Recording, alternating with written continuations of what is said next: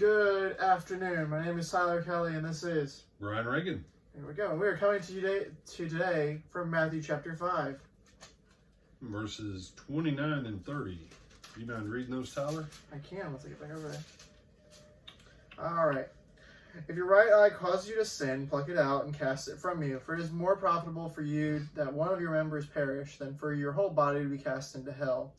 And if your right hand causes you to sin, cut it off and cast it from you. For it is more profitable for you that one of your members perish than for your whole body to be cast into hell. Now, while you're looking at this, if you go over to chapter 6, verses 21 through 23, it says, "For where your treasure is, there will your heart be also. The light of the body is the eye. If therefore your eye is single, your whole body shall be full of light. But if your eye is evil, your whole body shall be full of darkness. If therefore the light that is in you is darkness, how great is that darkness?"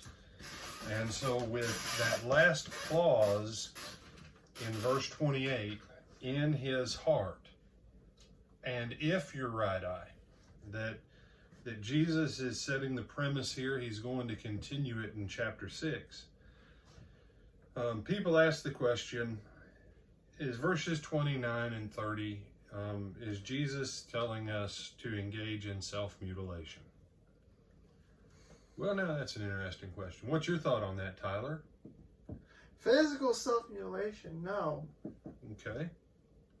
But separating yourself from all the things that are causing you to be separate from God, I think that's more in line with what he's telling us to do, because all of this other stuff has been about what you're doing in the heart, because it's been about a bunch of stuff that you're doing physically on the outside. But now Jesus is telling them to fix their hearts. I would have to assume that in context that would be what he was telling them to do here. Okay. And that's not a bad thought. What I would ask, everything in your soul, and remember your soul is made up of your mind, your will, and your intellect, and everything in your heart. Your heart is that conjunctive piece between your spirit and your soul. It is more than your soul, it is less than your spirit, it is that connector between the two. Nothing in your soul and nothing in your heart can come in except and unless it comes through your 5 physical senses. He said, I don't know about that. I do. That's why Jesus just makes this point.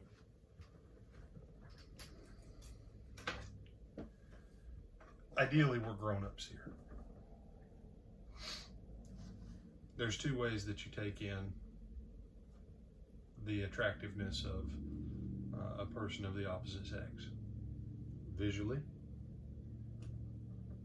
and if you can persuade, then physically, by hand,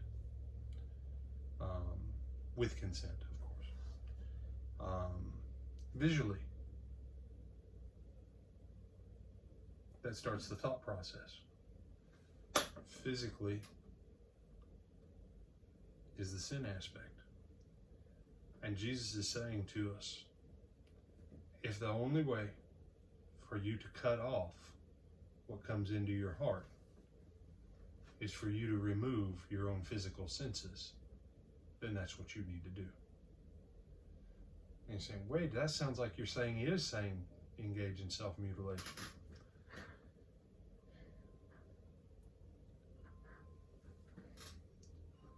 Jesus is trying to lay out the seriousness. And because we've explained away and said, no, Jesus doesn't want you to cut out your eye or your hands, people go, oh, okay.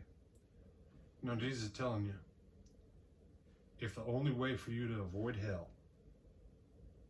is to go to that extreme, then the avoidance of hell is worth going to that extreme.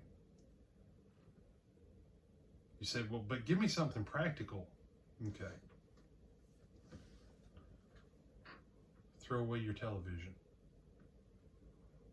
Take a baseball bat to your computer. Throw away your smartphone after you smash it and put the chip, your SIM card, through a shredder. Please don't ever get rid of. And you know, and when you smash your computer, yank your hard drive and the 2 memory cards and put the 2 memory cards through a shredder, and then take some pliers and rip the fire out of your hard drive, okay? And then get rid of it. And you say, but how are people going to call me on a phone? They sell these things called flip phones that do basically nothing except make telephone calls. They're also really cheap. And they are really cheap. If that's the direction that you and I need to go, to get rid of this junk, that's what it looks like in our world today. Because we don't ever have to leave, literally, we never have to leave the comfort of our living rooms to get into the sin that Jesus talks about, of the lust in the heart. And so, as you and I look at our lives, and very quick disclaimer, please do not cut your eyes out. Please do not cut your hands off. There is nothing in this message that encourages you in that direction. However, if you need to smash your phone, smash your tablet, put your SIM cards through shredders, yank your hard drive out and the memory cards on your computer and destroy them, and then get rid of your television and your cable subscription to get that garbage so that you're not right there easy with it, to be tempted for it to send you to hell, then that's what you need to do. Now you might say, brother, that's an extreme message. Well, hell's kind of extreme. And Jesus says, this is how you're going to avoid hell if you can't get this under control. Get this junk out of your life and quit bringing it in. Tyler, you got some other thoughts on that? Avoiding hell sounds like a pretty good idea to me. Just saying. It's not a bad idea. I mean, Jesus died on the cross. He did.